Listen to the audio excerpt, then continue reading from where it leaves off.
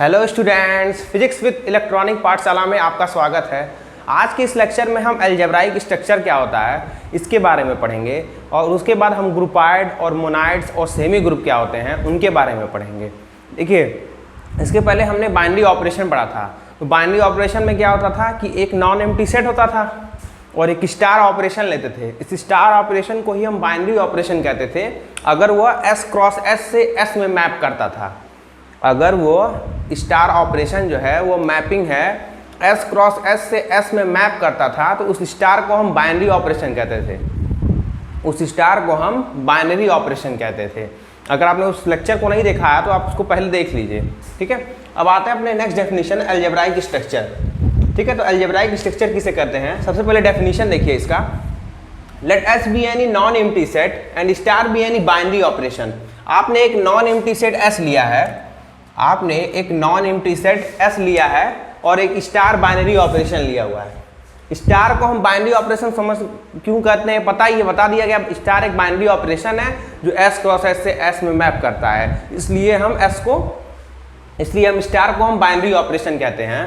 तो define over S, ठीक है। S कोई नॉन एम्प्टी सेट है, स्टार कोई बाइनरी ऑपरेशन है जो कि इस S सेट पे डिफाइन है, ठीक है। इस S सेट पे S जो सेट है इस पर डिफाइन है।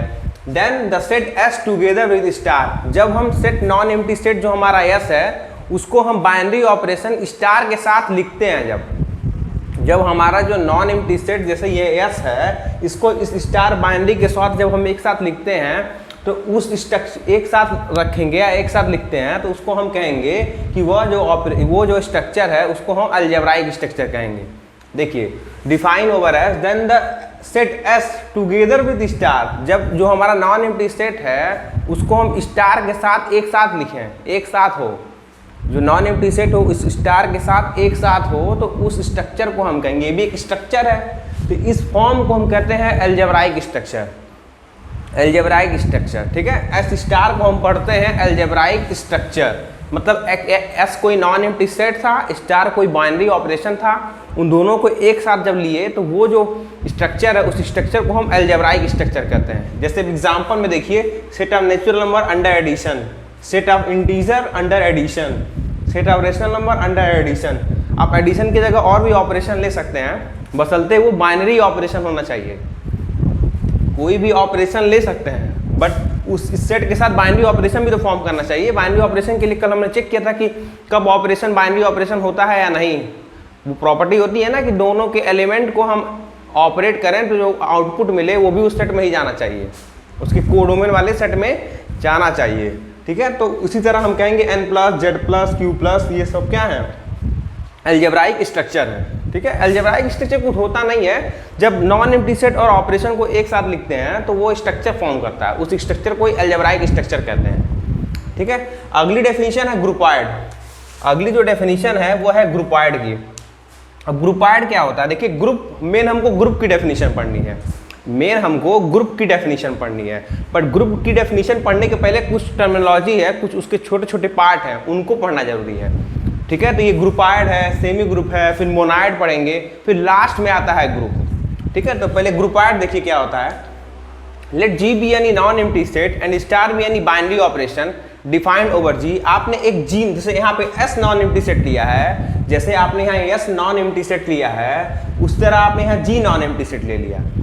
यहाँ पे हमने G नॉन एम्प्टी सेट लिया, G का मतलब भी वही एक नॉन एम्प्टी सेट ही है, ठीक है। एंड स्टार भी यानी बाइनरी ऑपरेशन, और स्टार एक बाइनरी ऑपरेशन है, ठीक है, over G। Then the algebraic structure G star. देखिए S स्टार हो रहा था और यहाँ पे अब G स्टार, क्योंकि आपने G नॉन एम्प्टी सेट लिया है। तो ये जो अलजेब्राइक स्ट्रक्चर G स्टार है इसको हम ग्रुपाइड कब कहेंगे? इसी अलजेब्राइक स्ट्रक्चर G स्टार को हम ग्रुपाइड कब कहेंगे? जब वो कुछ कंडीशन को सेटिस्फाई करेगा, जब वो कुछ प्रॉपर्टी को क्या करेगा? सेटिस्फाई करेगा, ठीक है। If it satisfy following property, अगर वो कुछ प्रॉपर्टी को सेटिस्फाई करेगा तो हम कहेंगे कि ये जो स्ट्रक्चर है वो ग्रुपाइड है, ये जो स्ट्रक्चर है वो ग्रुपाइड है। तो कौन सी प्रॉपर्टी है? कौन सी प्रॉपर्टी है? क्लोजर लॉ, ठीक है, क्लोजर लॉ, ठीक है। प्रॉपर्टी जो है वो क्लोजर लॉ है, ठीक है। प्रॉपर्टी जो है वो है क्लोजर लॉ। क्लोजर लॉ क्या कहती है कि किसी दो एलिमेंट को आप लीजिए, for all A, B belongs to G, मतलब ए और बी हम इस जी जो नॉन एम्प्टी सेट है उससे लें और उनके बीच दिए गए ऑपरेशन को अप्लाई करें। ठीक है, ए और बी कोई जी के एलिमेंट हैं, उनके बीच दिए गए ऑपरेशन को अप्लाई करें। तो ऑपरेशन स्टार था इसलिए इनके बीच स्टार।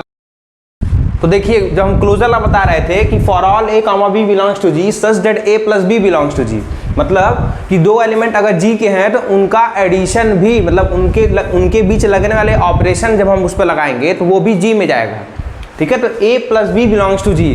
ठीक है, तो ये प्रॉपर्टी आपने बाइनरी ऑपरेशन वाली प्रॉपर्टी ही को हम क्लोजर प्रॉपर्टी कहते हैं। बाइनरी ऑपरेशन में भी आप यही करते थे कि कोई भी दो एलिमेंट लेते थे, उनके बीच दिए गए ऑपरेशन को अप्लाई करते थे, जो रिजल्टिंग एलिमेंट मिलता था, यहाँ पे आप स्टार कर लीजिएगा, रिजल्टिंग एलिमेंट मिलता था, रिजल्टिंग एलिमेंट मिलता था जो वो क्या होता था, जो आपका रिजल्टिंग एलिमेंट होता था उसी को आप कहते थे कि आपका वो जो आउटपुट मिले वो सेट में ही जाए, वो भी उस सेट में ही जाए, तो हम कहते थे कि बाइनरी ऑपरेशन सेटिस्फाई हो गया। ठीक है, इसी तरह क्लोजर प्रॉपर्टी भी वही चीज़ है। क्लोजर प्रॉपर्टी को हम बाइनरी ऑपरेशन वाली प्रॉपर्टी भी कहते हैं, बट लिखते क्लोजर प्रॉपर्टी ही है। ठीक है, लिखते क्लोजर प्रॉपर्टी ही है। ठीक है, एग्जाम्पल आप देख सकते हैं, जैसे एग्जाम्पल मैंने लिखा natural number under addition. Natural number under addition में आप क्या कर सकते हैं कि अगर ए और आपको नेचुरल नंबर अंडर एडिशन बताया था कि बाइनरी ऑपरेशन फॉर्म करता है, नेचुरल नंबर अंडर एडिशन आपको बाइनरी ऑपरेशन फॉर्म करता है, ये एग्जाम्पल मैंने बताया था पिछले लेक्चर में। तो अगर ये बाइनरी ऑपरेशन वाली प्रॉपर्टी सेटिस्फाई करता है, इसका मतलब क्लोजर प्रॉपर्टी सेटिस्फाई करेगा। बाइनरी ऑपरेशन ही तो क्लोजर प्रॉपर्टी है। For all A comma B belongs to N such that A plus B belongs to N, such that A plus B belongs to N, मतलब इनके बीच लगने वाले operation पे जो आउटपुट मिलेगा, अरे भाई एक मान लीजिए 1 और 2 आप दो एलिमेंट लिए, 1 और 2 को ऐड किए तो 1 + 2 किए 3 हो गया, तो जो 3 मिलेगा वो भी इस नेचुरल नंबर के अंदर ही जाना चाहिए। ठीक है, यहाँ पे ऑपरेशन एडिशन का इसलिए एडिशन लगाए हैं, यहाँ स्टार लगाए क्योंकि आप जनरल डेफिनेशन में स्टार लेके चलना है, जनरल डेफिनेशन में आप स्टार लेके चलना है। ठीक है, अब बाइनरी ऑपरेशन वगैरह सब बताया जा चुका है। ठीक है, तो नेक्स्ट डेफिनेशन देखिए सेमी ग्रुप क्या होता है। ग्रुपाइड हो गया, अब जो नेक्स्ट डेफिनेशन है वो सेमी ग्रुप है। तो अगर जी कोई आपने नॉन एम्प्टी सेट लिया है, स्टार कोई बाइनरी ऑपरेशन लिया है, तो जो अलजेब्राइक स्ट्रक्चर जी स्टार होगा उसको आप सेमी ग्रुप कब कहेंगे, जब वो कुछ प्रॉपर्टी और सेटिस्फाई करे।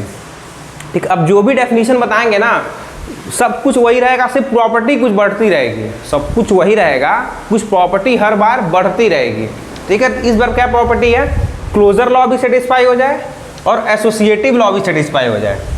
क्लोजर लॉ भी सेटिस्फाई हो जाए और एसोसिएटिव लॉ भी सेटिस्फाई हो जाए, तब हम जी स्टार को कहेंगे क्या कि वह सेमी ग्रुप है। तब हमारा जो अलजेब्राइक स्ट्रक्चर जी स्टार है उसको हम कहेंगे कि वो सेमी ग्रुप है।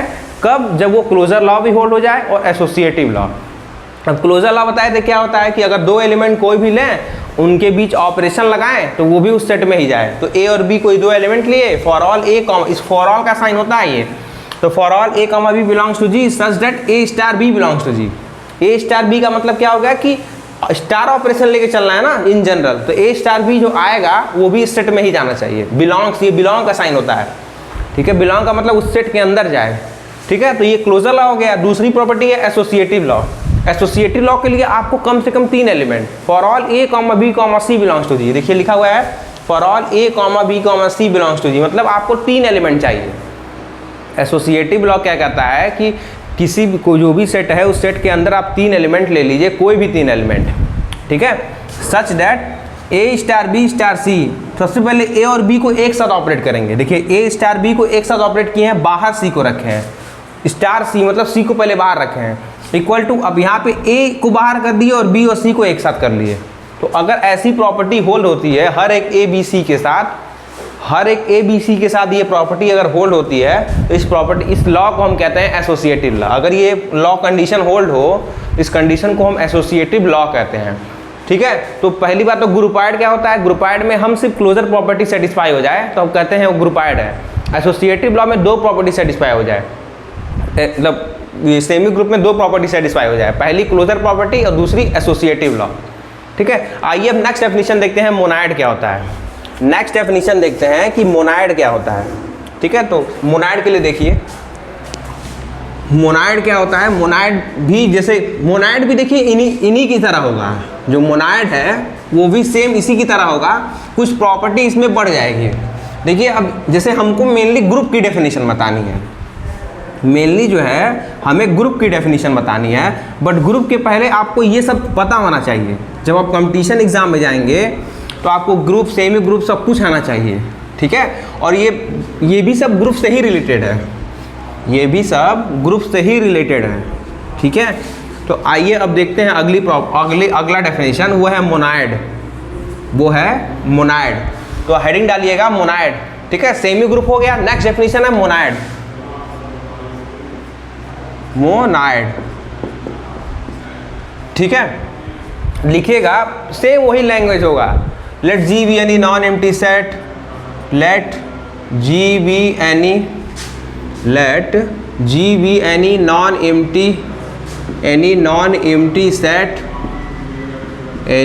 Empty set and star be any binary operation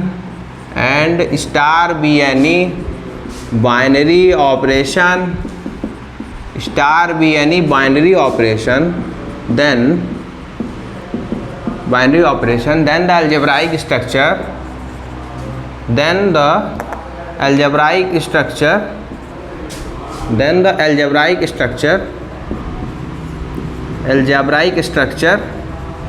algebraic structure क्या हो जाएगा, G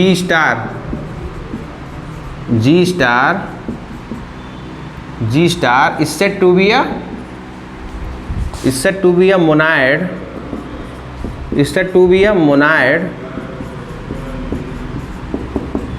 मोनाइड कब कहेंगे, is said to be a monoid, इसको मोनाइड कब कहेंगे, if it satisfy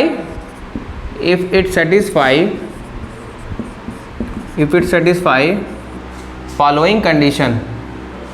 देखिए फिर एकदम सेम डेफिनेशन बता रहे हैं हर केस में, चाहे वो सेमी ग्रुप हो, चाहे वो ग्रुपाइड हो, चाहे अब डेफिनेशन पढ़ रहे हैं मोनाइड की, सेम डेफिनेशन है, बस कुछ प्रॉपर्टी बढ़ जा रही है। पहले में सिर्फ क्लोजर था, दूसरे में 2 प्रॉपर्टी, इसमें 3 प्रॉपर्टी हो जाएगी। इसमें जो है आपकी 3 प्रॉपर्टी हो जाएगी। तो आइए वो तीनों प्रॉपर्टी देखते हैं, तीनों प्रॉपर्टी उसको देखते हैं, ठीक है। 3 प्रॉपर्टी है, तो पहली तो क्लोजर प्रॉपर्टी ही रहेगी, पहली जो प्रॉपर्टी है वो क्लोजर प्रॉपर्टी ही रहेगी। दूसरी जो है एसोसिएटिव लॉ रहेगी, और इसमें एक प्रॉपर्टी बढ़ जाती है, उसका नाम है एग्जिस्टेंस ऑफ आइडेंटिटी। तीसरी जो प्रॉपर्टी है उसका नाम है एग्जिस्टेंस ऑफ आइडेंटिटी। तो जब ये 3 कंडीशन सेटिस्फाई हो जाएगा तो इसी जो स्ट्रक्चर है उसको हम मोनाइड कहेंगे, तो उसे हम मोनाइड कहेंगे। तो पहला जो होता है वो होता है closure property, closure law, closure property, ठीक है। क्लोजर प्रॉपर्टी, तो क्या होता है closure property, for all A comma B belongs to G such that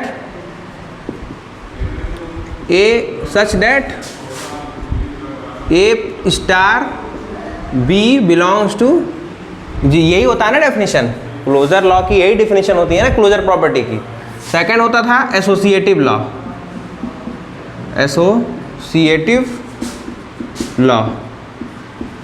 second होता है एसोसिएटिव लॉ। ये क्या कहता है कि for all A comma B comma C belongs to G such that A star B star C equal to क्या हो जाएगा, ए को बाहर कर देंगे, बी स्टार सी कर लेंगे, ठीक है। ये होती है आपकी एसोसिएटिव लॉ, जो इसके पहले भी हम बताए थे। अब मोनाइड है तो मोनाइड में एक प्रॉपर्टी और बढ़ जाएगी, मोनाइड में एक प्रॉपर्टी और बढ़ जाएगी, उसका नाम क्या है, एग्जिस्टेंस ऑफ आइडेंटिटी, ये आपकी थर्ड प्रॉपर्टी है, एग्जिस्टेंस ऑफ आइडेंटिटी, ये आपकी थर्ड प्रॉपर्टी है। तो एग्जिस्टेंस ऑफ आइडेंटिटी किसे कहेंगे, देखिए एग्जिस्टेंस ऑफ आइडेंटिटी में आप क्या कहेंगे, ठीक है। देखिए एग्जिस्टेंस ऑफ आइडेंटिटी, ठीक है, इसमें लिखिएगा देयर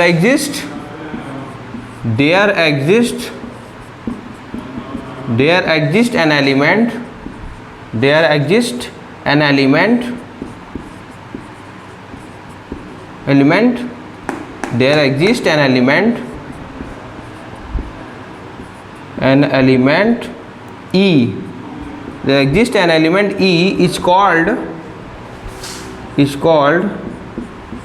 identity element if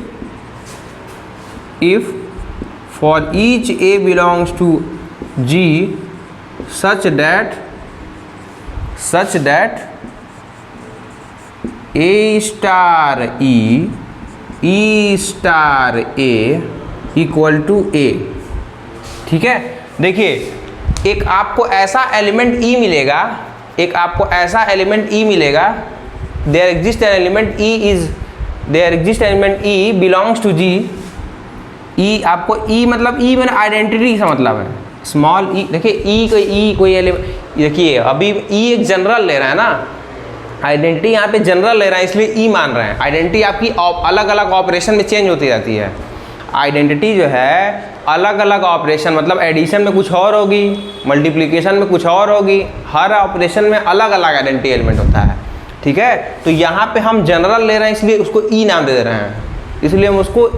रहे हैं, तो वो आइडेंटिटी एलिमेंट जो E होना चाहिए वो इस G में मिलना चाहिए, belongs to G is called देखिए there exist an element E belongs to G। तो E क्या है, E को हम आइडेंटिटी एलिमेंट कहते हैं, कि E को आइडेंटिटी एलिमेंट कहते हैं कब, जब A के सभी एलिमेंट के साथ for every A belongs to G क्या हो जाए, A star E star A equal to A। मतलब कि G के कोई भी एलिमेंट लें, उसके साथ जब हम इस आइडेंटिटी एलिमेंट को ऑपरेट करें, चाहे लेफ्ट से ऑपरेट करें चाहे राइट से करें, वही एलिमेंट आ जाए, जो A है वही आ गया ना।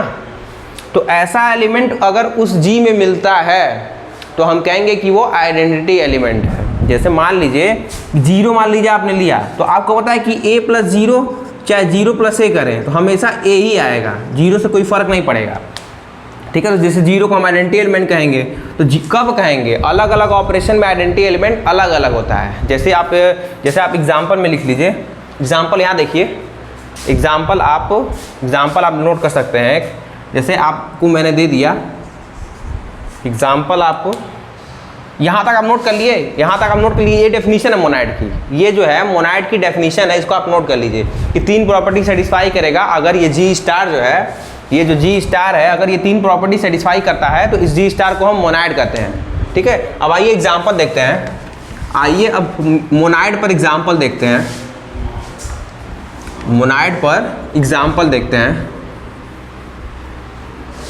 मोनाइड पर हम एग्जाम्पल देखते हैं।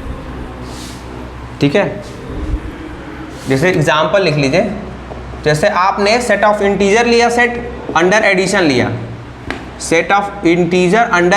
लिया, ठीक है। आपको पता है सेट ऑफ इंटीजर के अंदर एलिमेंट कैसे होते हैं, 0 1 plus minus 1 plus minus 2 and so dot, ऐसे होते हैं एलिमेंट। ठीक है, ऐसे ही एलिमेंट होते हैं। आपको पता है हमने बोला कि आइडेंटिटी एक ऐसा एलिमेंट होगा जिसको किसी के साथ भी ऐड करें तो वही एलिमेंट आ जाए। तो आइडेंटिटी उस G में होना भी चाहिए, E बिलोंग्स टू G मतलब वो आइडेंटिटी एलिमेंट इसके अंदर होना चाहिए। तो हमने लिखा यहाँ पे there exist 0 belongs to G such that for each A belongs to G की जगह यहाँ वो कर लीजिएगा, Z है ना आपका, यहाँ G सेट की जगह आपने सेट ऑफ इंटीजर लिया है, such that for all A belongs to Z, for all A belongs to we have A plus 0 plus A equal to A। ठीक है, तो ये देखिए हमें एक ऐसा एलिमेंट 0 मिल गया इस सेट में, एक देखिए 0 है ना इस सेट Z के अंदर, तो लिखा देयर एग्जिस्ट 0 बिलोंग्स टू, इसमें हमको एक 0 मिला ऐसा Z बिलोंग में कि जब हम Z के किसी एलिमेंट के साथ ऐड करेंगे 0 को चाहे लेफ्ट से ऐड करें चाहे राइट से ऐड करें, वही एलिमेंट आ रहा है। जो एलिमेंट आप A लेके चले तो वही एलिमेंट आ जाए, तो ऐसा हो रहा है। इसका मतलब 0 कैसा बिहेव कर रहा है, identity element. Therefore 0 is the zero is the, zero कैसा हो गया, zero is the identity element, zero is the identity element. ठीक है, तो जीरो इसका क्या हो जाएगा, आइडेंटिटी एलिमेंट हो जाएगा। ठीक है, देखिए डेफिनेशन देखिए कि वो एलिमेंट इसके अंदर होना चाहिए सेट में, जीरो ऐसा एलिमेंट है इसमें। अब जीरो को किसी के साथ भी ऐड करिए, ए का मतलब क्या है कि ए इस सेट का कोई भी एलिमेंट है। अब 1 2 3 जो भी लीजिए इसमें से, उसको जीरो के साथ ऐड करिए। भाई जीरो के साथ किसी भी नंबर को ऐड करेंगे, मान लीजिए 1 + 0 2 + 0, वही तो एलिमेंट आएगा। ठीक है, तो वही काम कर रहे हैं। तो जीरो एक ऐसा एलिमेंट मिला जो आइडेंटिटी एलिमेंट हो जाएगा इस set of integer Z plus के लिए, identity element of Z plus के लिए आइडेंटिटी एलिमेंट हो जाएगा। ये आपकी डेफिनेशन थी मोनाइड की। आपने पढ़ा ग्रुपॉइड क्या होता है, फिर आपने सेमी ग्रुप पढ़ा, फिर आपने मोनाइड पढ़ा। अब तीनों में देख रहे हैं इसकी प्रॉपर्टी बढ़ती जा रही है। अब नेक्स्ट लेक्चर में हम ग्रुप की डेफिनेशन देखेंगे, जो आपका मेन टॉपिक है। मेनली तो आपको ग्रुप पढ़ना था ना, तो अगले लेक्चर में हम ग्रुप की डेफिनेशन देखेंगे। देखिए उसमें क्या होगा ना, सब कुछ यही रहेगा, सब कुछ यही रहेगा, एक प्रॉपर्टी और बढ़ जाएगी, वो है एग्जिस्टेंस ऑफ इनवर्स। आइडेंटिटी के बाद एक प्रॉपर्टी और बढ़ जाती है, उसको कहते हैं एग्जिस्टेंस ऑफ इनवर्स। जब 4 प्रॉपर्टी हो जाती है उसे हम ग्रुप कहेंगे। जो जी स्टार रहेगा उस जी स्टार को हम ग्रुप कहेंगे। तो अगले लेक्चर में हम उसको डिस्कस करेंगे। तो वीडियो अच्छा लगे तो वीडियो को लाइक, सब्सक्राइब और शेयर करें। Thank you very much.